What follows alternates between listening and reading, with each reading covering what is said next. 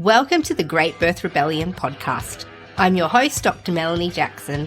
I'm a clinical and research midwife with my PhD, and each episode I cast a critical eye over current maternity care practice by grappling with research and historical knowledge to help you get the best out of your pregnancy, birth, and postpartum journey.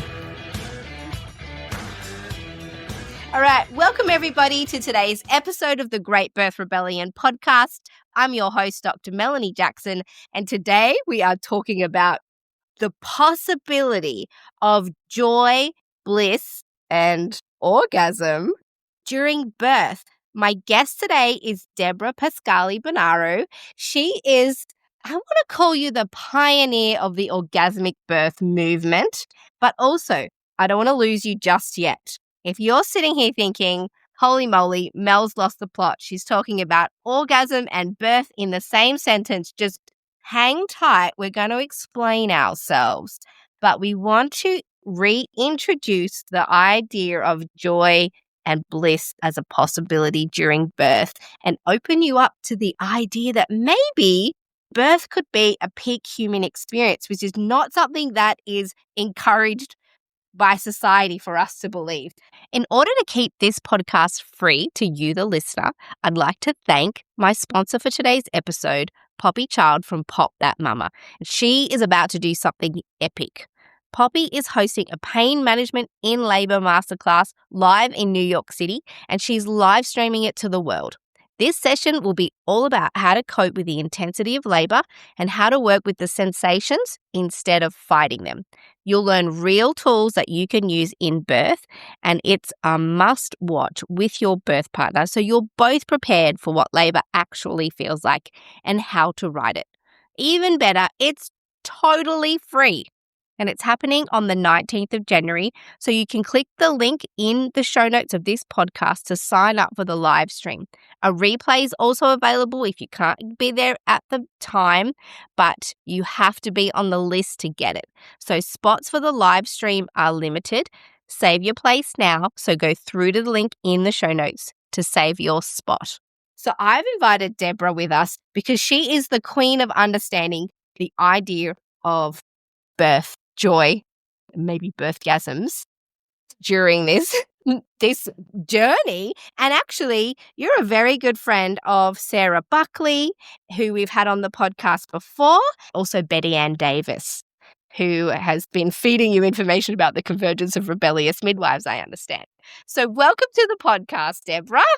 Oh, thank you so much, Melanie. It is such a pleasure to be here because I love all that you're doing, and I only wish I was closer to be at your rebellious midwives gatherings. So it's really an honor to be here today with you. Well, for those of our listeners who maybe this is the first time they're meeting you, can you give us an idea of who you are as a woman and what your work has been? I'd be honored to. I always love to start. I'm a mother of 5. I'm a grandmother of 6, which even saying it sometimes, I can't believe it. The joys of my life for sure. And I've been a doula for more than 40 years. I'm a doula trainer. I've taught doulas in over 40 different countries around the world and helped set up numerous community-based programs.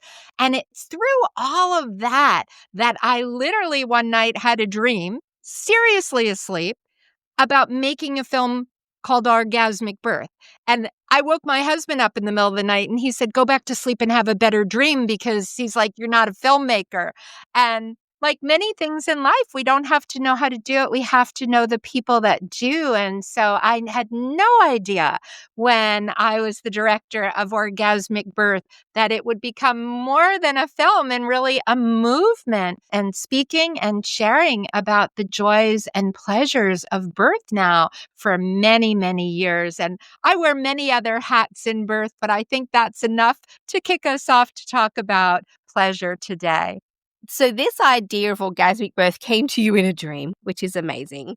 And then born was the film, and then on from there, you've continued to do your work. So you've been in this birthing world for 40 years or more. Can you explain to us what do you mean by orgasmic birth? Is it that we're all expected to be, sensually orgasming as we give birth to our babies? And I'm so glad you asked that question because I think there's so much misconception out there. And I'd love to know of all the people listening, how many of them were thinking that. And now we get an opportunity to clarify. So, first of all, I always say everybody should define orgasmic birth for themselves. You don't want anyone to define what your birth should be. That should be in your hands. And so I'd love to challenge everyone listening, like, what does that mean to you?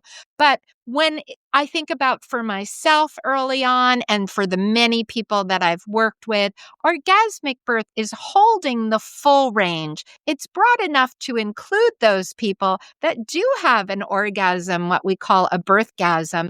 And some people are intending that, but you'd be surprised how many people had no idea. And then birth gave them this most expansive waves of pleasure. One woman said it was like being one with the universe. And so, like she said, she's never since then felt that expanded in her pleasure.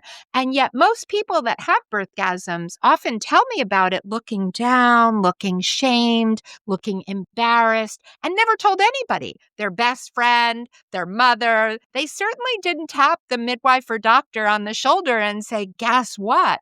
So we must include them. But I want to say we don't know because not everybody talks about it, but I think they're a small percentage. For most people, an orgasmic birth is feeling moments of joy, love, pleasure, connection, of birthing in their power, in their way, feeling respected, honored, and supported, again, in the way that they want. So when we broaden it, really orgasmic birth is taking kind of a place where instead of talking about pain and fear, we're giving everybody an opportunity to rewrite their own script of what would birth look like for you, and that you could bring an element, love, joy, connection, pleasure, power, whatever words you say, into wherever you birth and however you birth. Mm. This really opens the opportunity up for women to confess to other women that they actually felt good and great and bliss during birth, because we are sold the message that birth is painful, scary, undignified, and that it's something that we endure. That's the current cultural language. But imagine if women who did actually enjoy their births really came out loud and proud and said, actually, I didn't experience any of those things. Maybe they experienced pain, but I didn't experience any of those scary things that I was led to believe would happen. Instead, I actually experienced, it was the most incredible experience of my life. And I know we were speaking earlier about my own example of what I wouldn't call an orgasmic birth, but it is orgasmic in the way that you described it, in a sense that I don't believe I've ever experienced the amount of bliss and joy that happened to me during my second birth. And if you've been listening to the podcast for a while, you will have already heard my birth story, but I'll give you a very short snippet because it's exactly what Deborah's talking about. I certainly don't think I had an orgasm. Maybe I did, I don't know. But in that moment, as my baby was emerging, I had the overwhelming urge to laugh and laugh and laugh, and verbally said, I am feeling so happy right now. This exact moment when my baby is coming out feels incredible. I recognize it as happiness, joy, elation. I was over the moon. And the words that came out of my mouth was, I can't wait to do that again. I felt high on the hormones of birth. And we certainly know that we're wired to do that. And we'll talk about that as well. So what you're offering is a completely new language to understand the experience of birth. Exactly. And that honors the fullness of it, that really honors that there's a huge range. But we've been sold this thing that isn't correct about birth being only about pain and fear. And so much of that is people are being put down often physically and emotionally. We're not creating the opportunities for people, I always say, to lean into pleasure, to really experience what their body can offer them. We've been restricted. We often, too, are not educated, even aside from childbirth, fully about our bodies as women and our capabilities to explore and enjoy pleasure and joy in our bodies. I just think birth can be a peak human experience, but that's not the language that women are given. So we are giving you permission through this episode. Please, if you think to yourself, my birth was not all the scary ways that were described to me, I think I actually liked it. That is okay. It's completely allowed. In fact, it's such an ideal scenario. Are you getting ready to have a baby? And if you are, what are you going to do about the pain of contractions? There are lots of things you can do. In fact, I'm going to tell you about them because I've been watching women give birth without pain relief for over 18 years. I'm Dr. Melanie Jackson and I'm a home birth midwife. I had my own babies at home without pain relief, and I've been helping other women do the same for my entire career. If you want the top tips and tricks that I recommend to help women give birth without pain medication, it's all here in the link below in my guide to giving birth without pain relief. You can do it. Give it a go. Why not just prepare? And let's talk about then the hormones and our anatomy that govern this process of joy, bliss, and elation during birth. Because you know me, I've got my pregnancy crocheted suit. Which I love. Which you love, and it's got full anatomy, but you've got a crochet creation that has even more full anatomy. Yes. Can you show us, if you're watching this on video, Deborah's currently holding up a full anatomy crocheted crafted yarn, what we're going to call pussy puppet. Yes, I love her. And it's so good because you can talk to the pussy, right? And I think we have to listen to our yonis, our pussies all the time. So it's a great opportunity to really love her up. But what's so unique, and I so enjoy sharing her as when we're in person in that, is to understand that if we turn her around, that we have clitoral anatomy here, and we can actually take the clitoris out where we can see the legs and the bulbs. And just wasn't long ago, we have an advanced orgasmic birth practitioner community. One of our practitioners did a survey of women in her community and asked them if they understood the full anatomy of the clitoris. And the vast majority just talked about the tip, right? The little magic button that we all come to know and love. But so many people don't understand that there's 8,000 plus nerves that go into legs and bulbs. And you really get to experience it. I wish you were all here, because when you put the clitoris back in, you can really see that you have to, put it around, and how those legs and bulbs are really going into the vagina. They're coming around the urethra, the vaginal opening, that these nerves, 8,000 plus, have one purpose, and that's pleasure. Like there's not another purpose to the clitoris. So how is it that women, we were created with this incredible clitoral complex, and then all these nerves are there in childbirth? The baby's coming down and has to be in contact with them all. And we're not, one, educated about it, and two, we don't understand that they actually are there for pleasure. How can we access that? And so what if, and oh gosh, I wish people were watching this on video. If you're not, please go to YouTube. But what we're looking at is, you can see from the external anatomy on your crocheted beautiful yarny pussy, is that at the top you can see the clitoris on the outside anatomy, but from behind, Deborah's popped the clitoris back into the pussy puppet, and what we can see is that the body of the clitoris that exists inside your body, you can't see it, but it's as big as the external vulva and is what is behind all of your external vulval anatomy. And it travels all the way almost down to your anus and all around behind your labia. That's the extent of your clitoris. And as I understand it, has more pleasure endings than the penis. Way more. Yeah. Penises only have about 3,000, and a penis is a multi-purpose organ, right? It has to do many things, where the clitoris is a single purpose of pleasure. And of course, it's got to be involved in birth. But let's talk about the very fact. So, firstly, we've got this pleasure anatomy that it completely envelops our baby as it emerges. So, of course, we're going to get some sensation from that. But the hormone of orgasm and joy and bliss and bonding, one of them is oxytocin. Oxytocin. So let's talk about that, because guess which hormone governs labor? Oxytocin. And that's why, the famous quote years ago from Ina May Gaskin is the energy that gets the baby in, gets the baby out, right? Or the same place to make a baby is the right place to give birth to a baby, because the same conditions exist. Your body doesn't know the difference and say, okay, in order to have great sex or by alone or with a partner, right?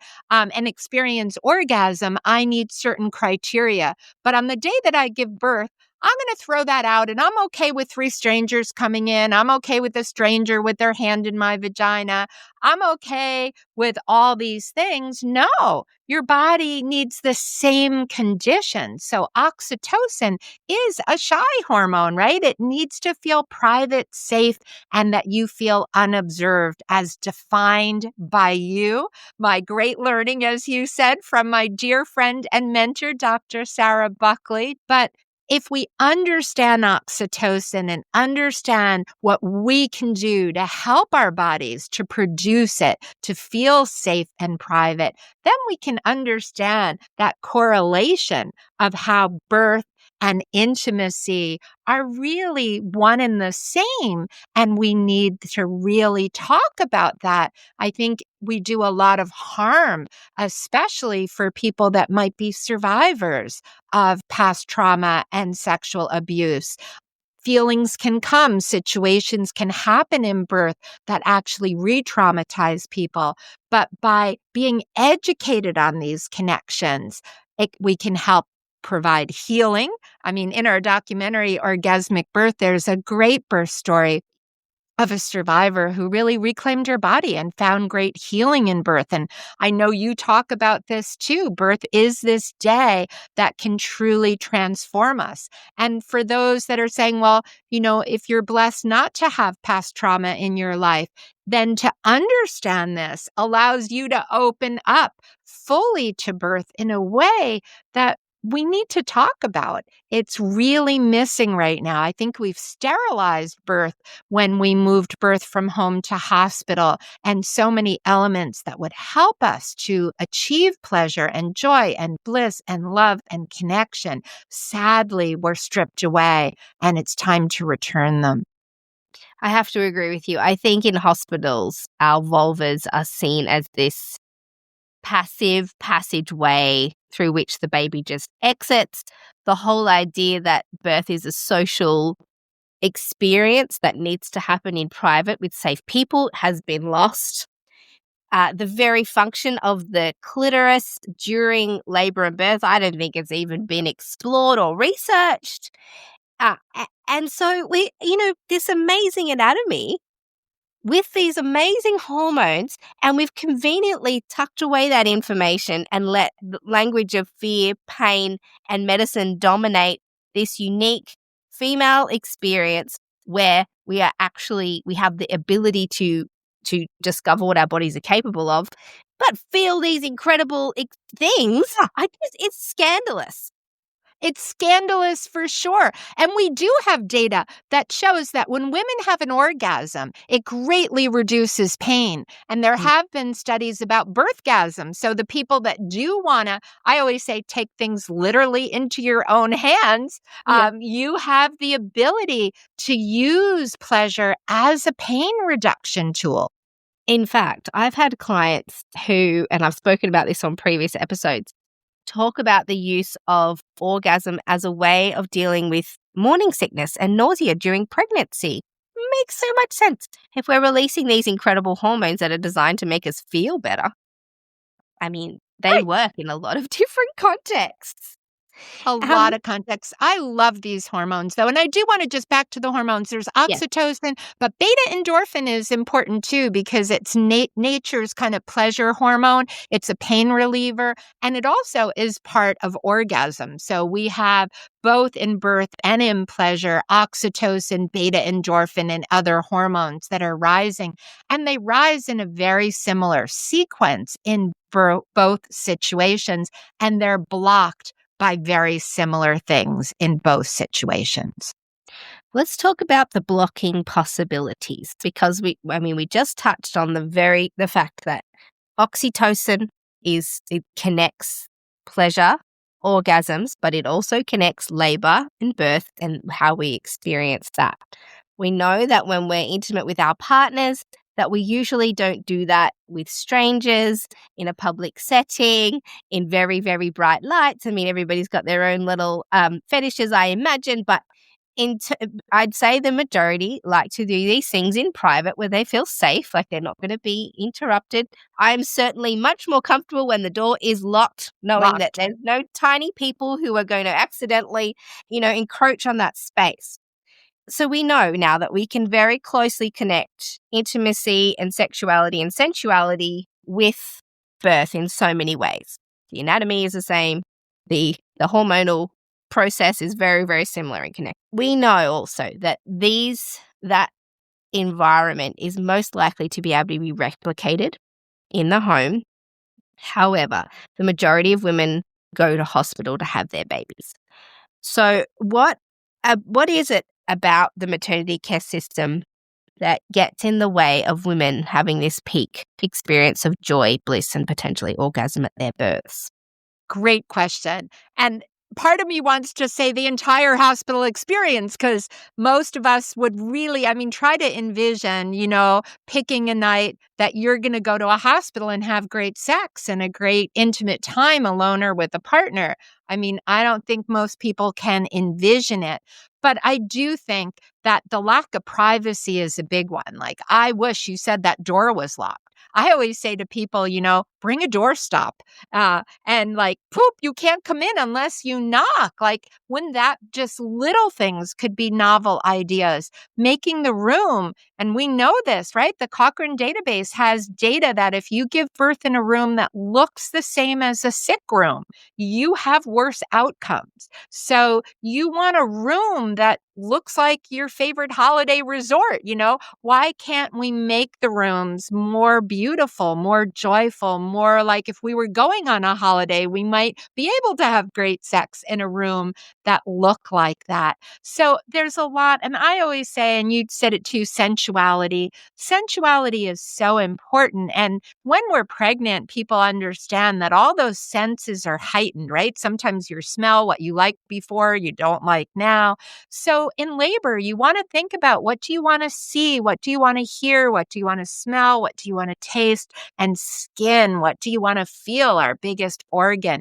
And when we can bring the sensuality in line with what we need to have great sex. As a doula, I ask my clients that all the time, like, you're making love here tonight. What do you need that environment to be like? And let's do our best to create that wherever you're planning to give birth. So lots of little things we can do where we have to deal with the current system. But my dream is one day we can make this so we can have home birth in the hospital and have hospitals really understand that birth would be a lot safer and easier if we honored what the hormones need, if we honored that birth is on this continuum of our sexual life, and we have to honor it in every way. Absolutely. And I think if we organized maternity care systems to, when they're designing it, ask, how does this support or hinder oxytocin, then the birth environment would be very, very different. We recently, one of our local hospitals remodeled, and it's beautiful. The rooms are gorgeous.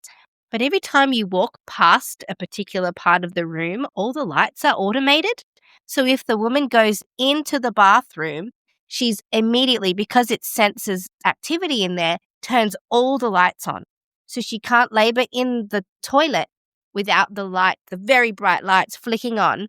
And in all of the cupboards, if you open the cupboards for anything, the lights flash on. It's overstimulating for me as a clinician. If I ever go in there, I think, oh, there's another light on.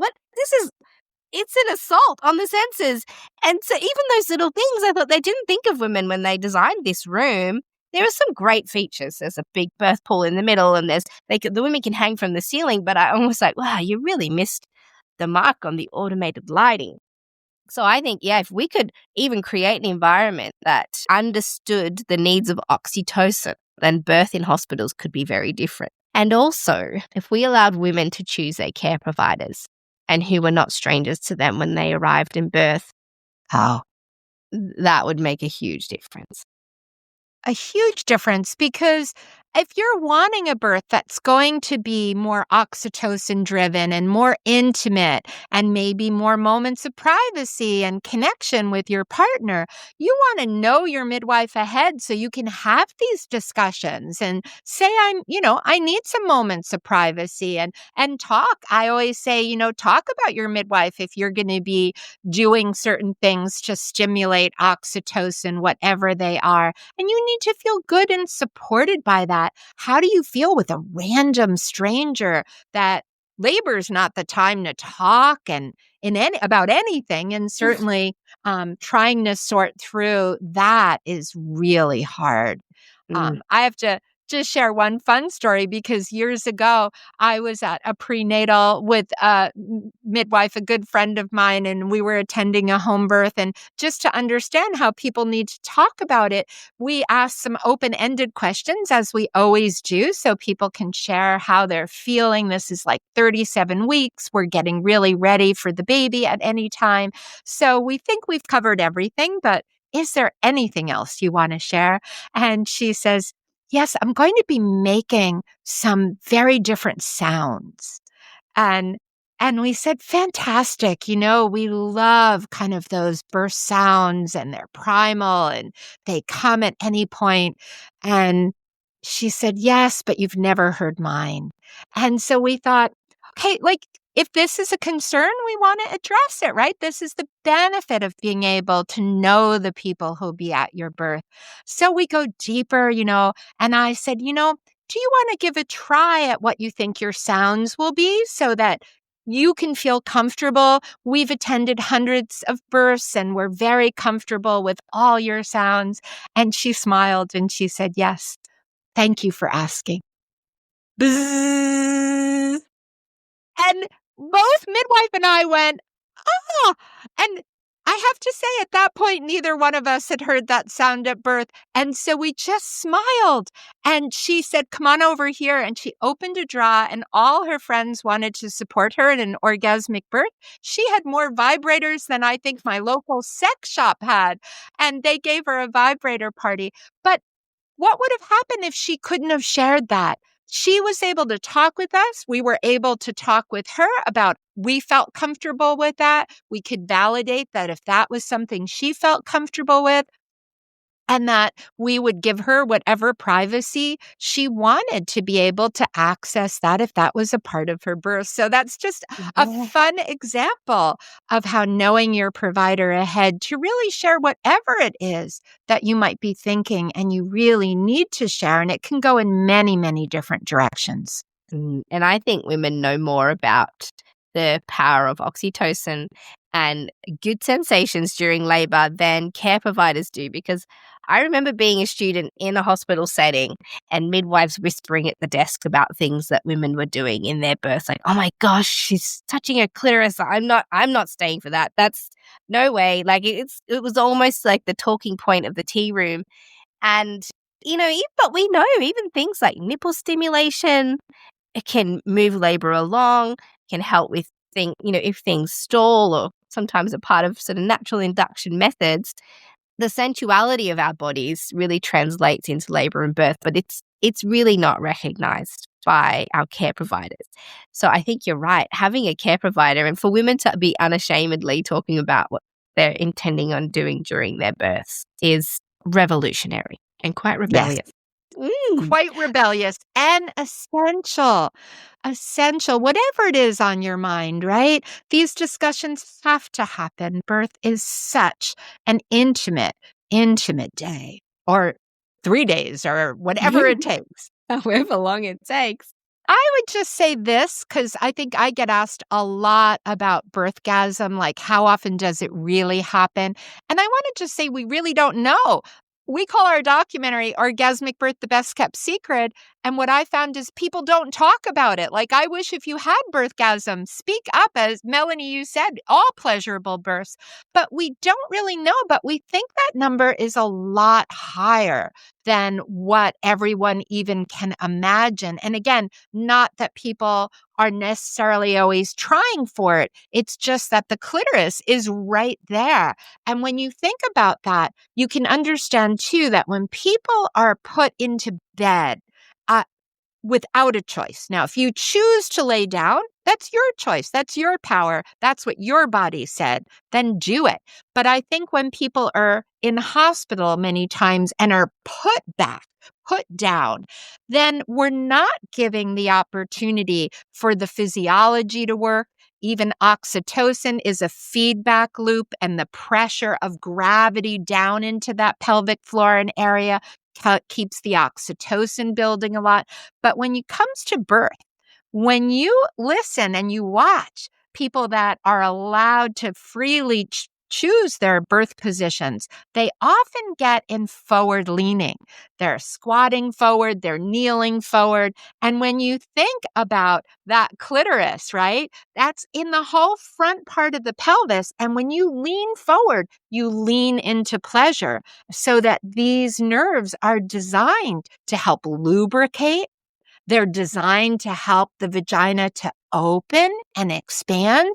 And think about how that must help birth a little bit, making it juicier and easier, and gravity. And again, we know that that is taking away pain when we're leaning into pleasure. So I think we have to start saying, would more people experience more things if we had vertical upright birth for everyone, if we supported people listening to their bodies and moving in their own way? And then it just makes me so sad that when people are put back, we're minimizing that pleasure, but we're also, how many people would feel safe, right, to allow your body to get juicy and open when you're spread eagle with strangers and other people telling you what to do? When we really start thinking about our anatomy, we know how our anatomy responds and opens, and we know when our anatomy says no, right? That vagina says not now. And so I think we haven't really honored how many babies might be taking a different path to birth, because we're not, again, like you said, what will support oxytocin, but what will support women to feel safe, to be able to lean into their pleasure, to be able to allow their bodies to fully open with no shame, with the privacy and the care that they desire and deserve. We've spoken about the things that can block that, but maybe we can give a little bit of a roadmap to women who are listening to this and thinking, oh, how could I access the possibility of joy, bliss, and orgasm at birth? If a woman's planning their birth, what do you think they need to really consider if they want to open themselves up to this possibility? What could they do for themselves to maybe increase the chance that they'll have a joyful experience of birth? Listen to both our podcasts and listen to positive stories, right? And if there are is there is trauma, either in your own personal, how you were born as a baby, or in your ancestral line, really take time to address it, to heal it, clear kind of that path so that you're fully open to embrace more pleasure. But then I always feel that if you're not living with pleasure, it's very hard to call it in the time of birth. So I say to everybody, start a pleasure practice. Create a list of 10 to 20 things immediately, and I hope that list will grow to 30, 40, 50 things. But get a good list, even right at this moment, pause and write down things that bring you pleasure. And they should be 1 to 3 5-minute things. They can be short. They can be words that you like to hear, words that you say to yourself. I love to dance wildly for 3 minutes in the middle of the day, have a piece of dark chocolate, enjoy a hot tea. So start thinking of all the simple pleasures, and of course, throw in some long ones. So sex can be in there, but don't make that a 3-minute one, right? Enjoy that. Think about, I love long baths. What are the things that might be longer, you might not be able to do every day, but you'll weave into your week? And then make sure every day, and I challenge you, for the next 7 days, do 3 to 5 pleasures a day. And in a week, check in and see how you feel. And if you've created a pleasure practice, then you can start saying, okay, all through my pregnancy, I prioritize pleasure. And it's not just the good days. When you're having your toughest days, when things are hard, take that pause for pleasure. It will reset your system. It will lower your stress. And then you can start seeing how in labor, it's not to say you won't have pain, you won't have challenge, it won't be intense.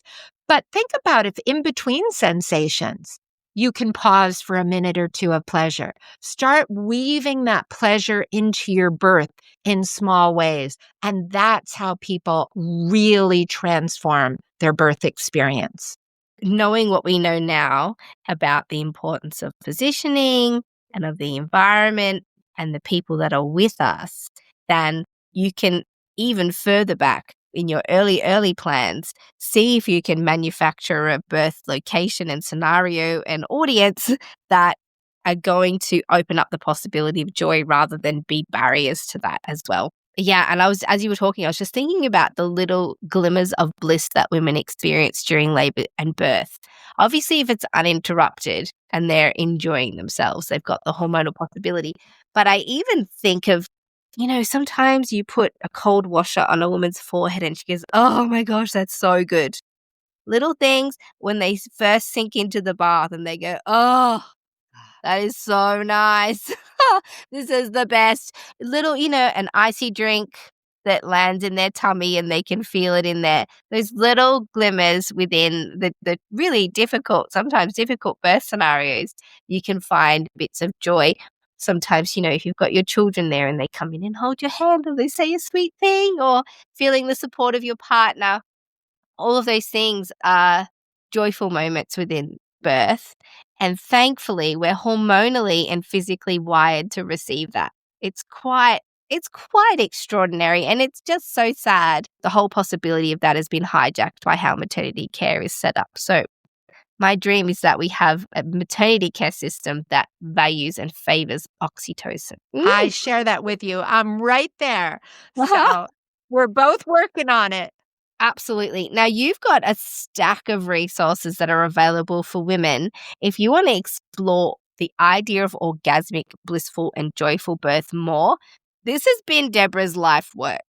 So where can women find you if they want to explore this further and they love this idea? Where should they look?